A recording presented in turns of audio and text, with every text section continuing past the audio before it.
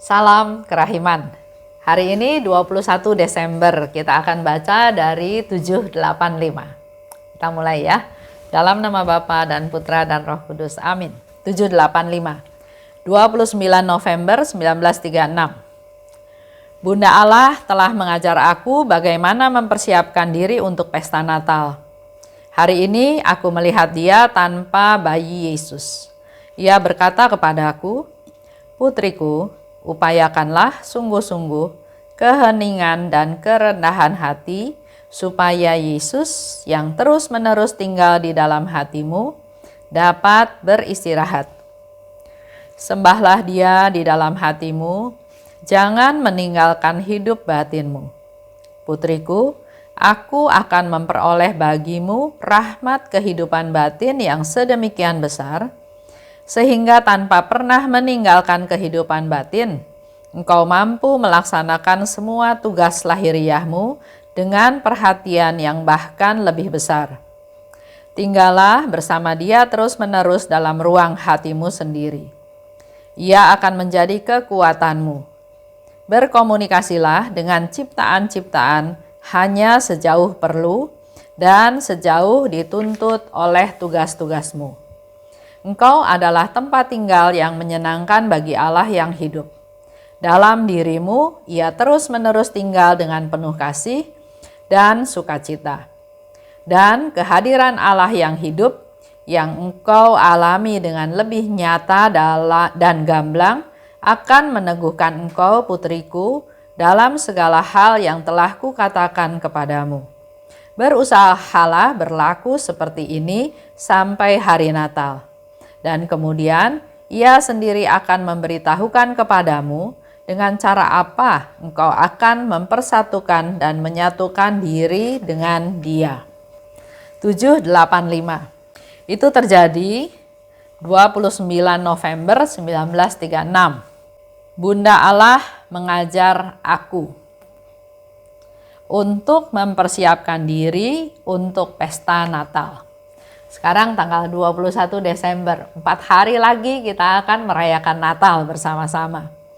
Apakah kita sudah mempersiapkan diri?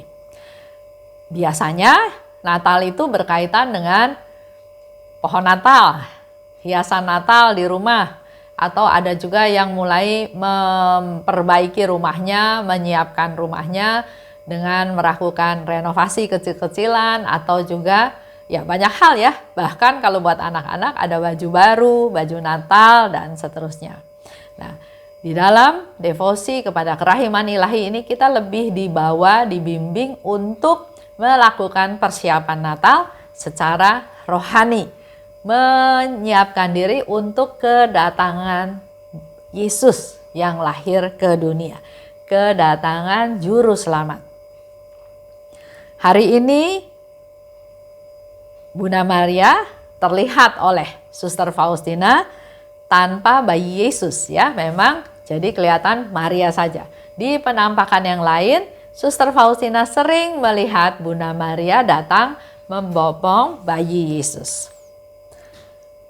Dikatakan, "Putriku, upayakan sungguh-sungguh keheningan dan kerendahan hati." Jadi kita perlu ada waktu untuk hening. Dengan masa COVID seperti sekarang ini, sebetulnya kita lebih banyak waktu di rumah ya. Kita bisa menyiapkan waktu untuk ada saat hening. Dan kerendahan hati. Itu yang harus disiapkan. Dengan kita berinteraksi dengan orang, pasti mengalami hal-hal tertentu, dan di situ dituntut praktek kerendahan hati.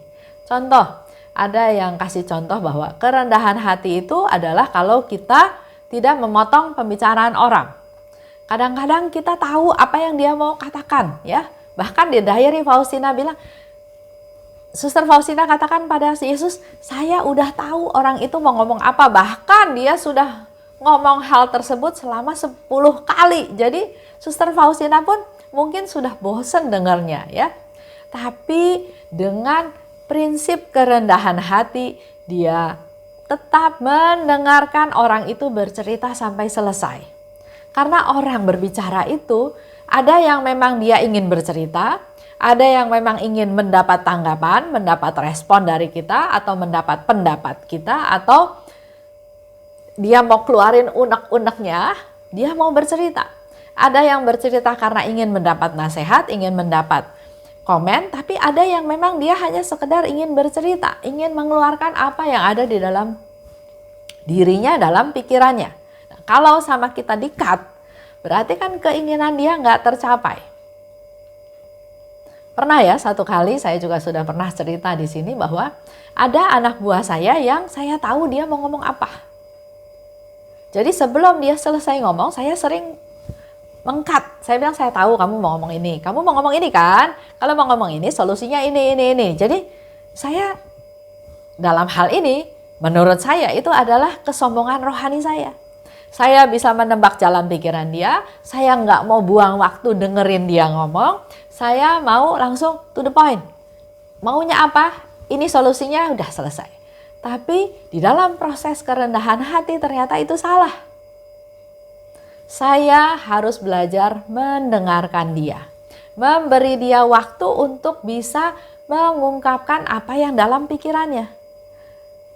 Dan Tuhan izinkan dia model orang yang kalau ngomong itu berputar.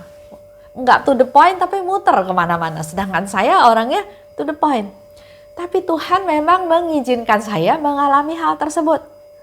Dalam hati, aduh Tuhan, saya tahu dia mau ngomong apa, saya udah gak tahan nih mau jawab ya. Tapi seolah-olah Tuhan bilang, dengarkan. Ini proses kerendahan hati.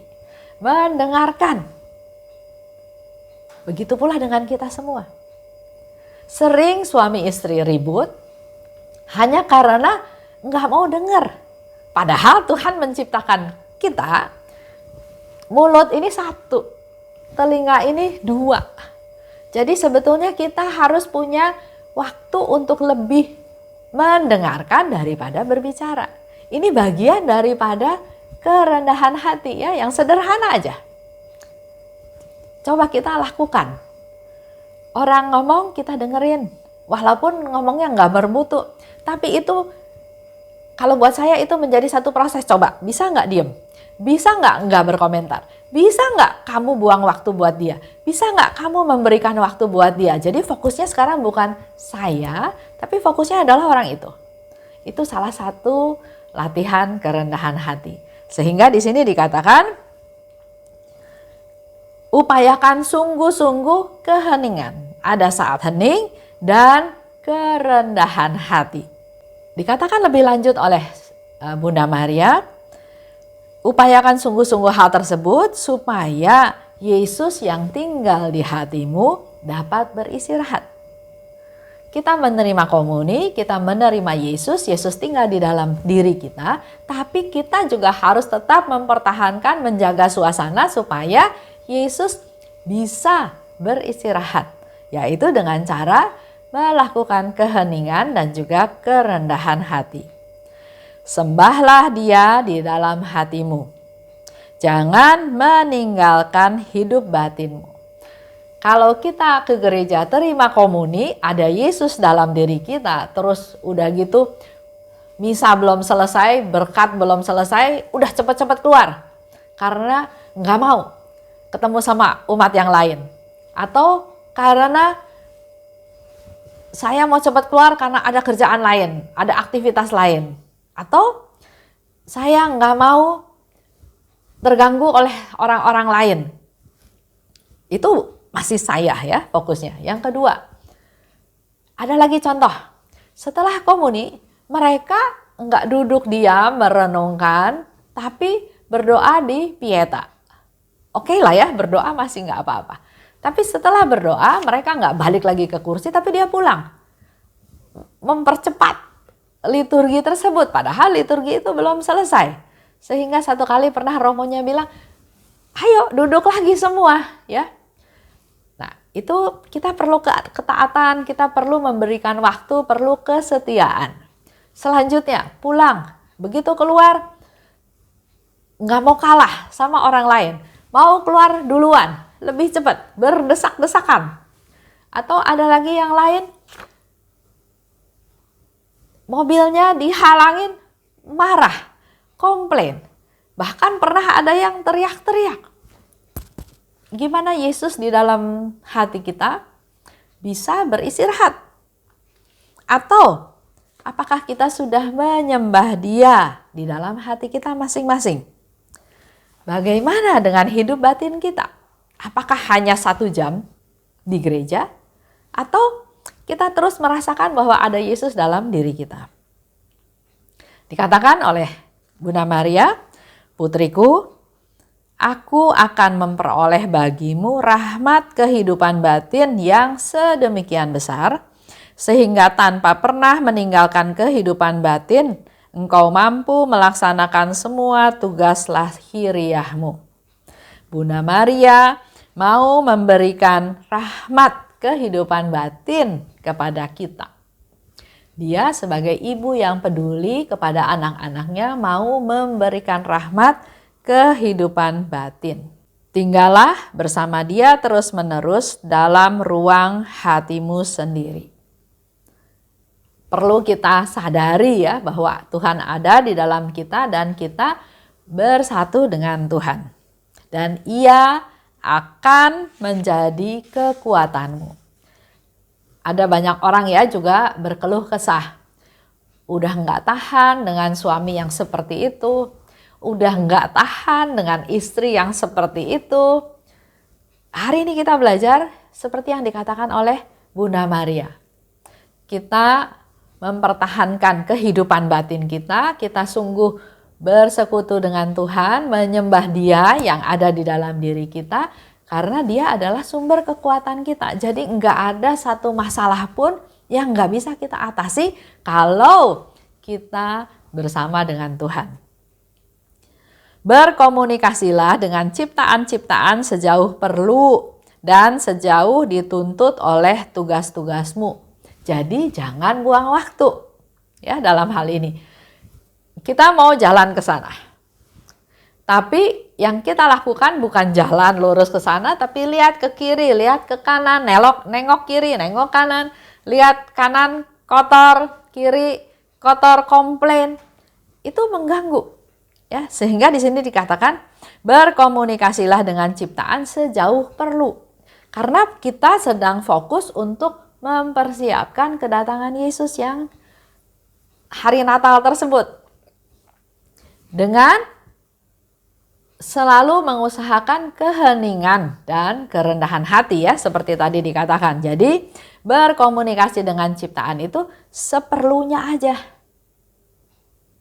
Dan sejauh dituntut oleh tugas-tugasmu.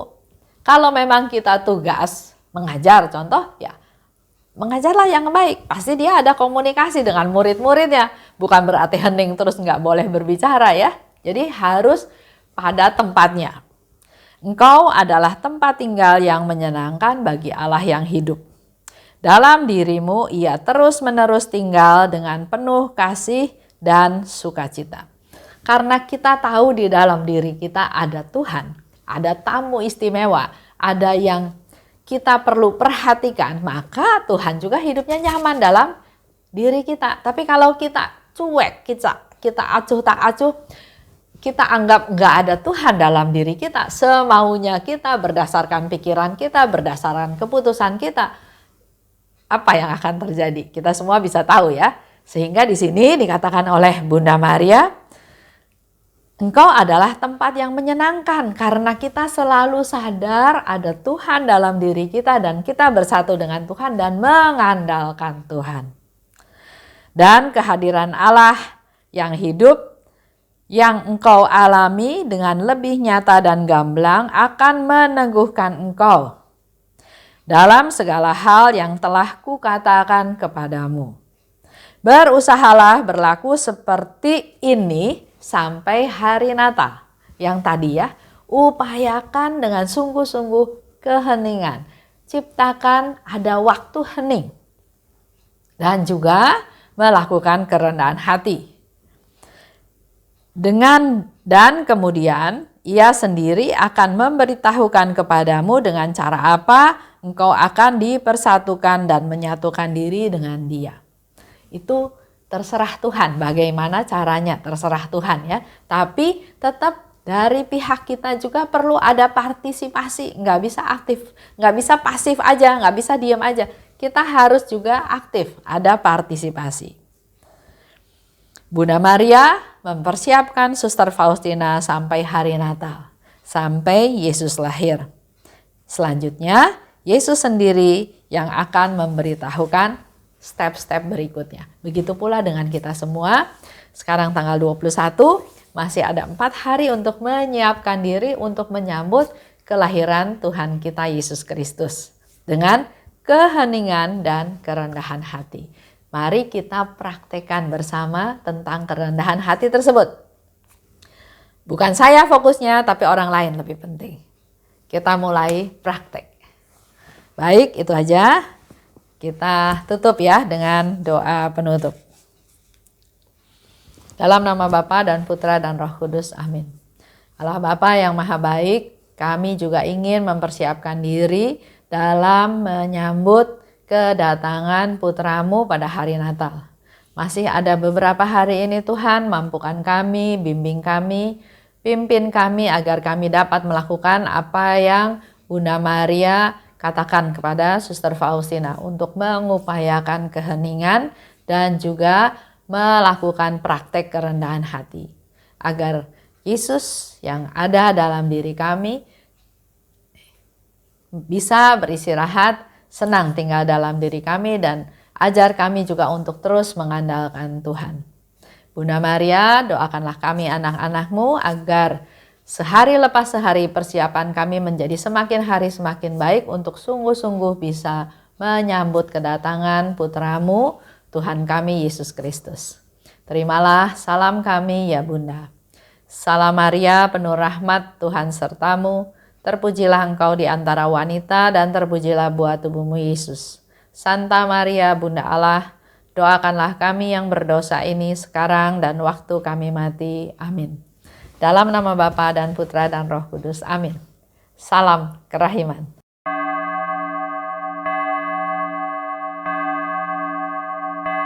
Hatiku dipenuhi sukacita ketika Bunda Maria datang.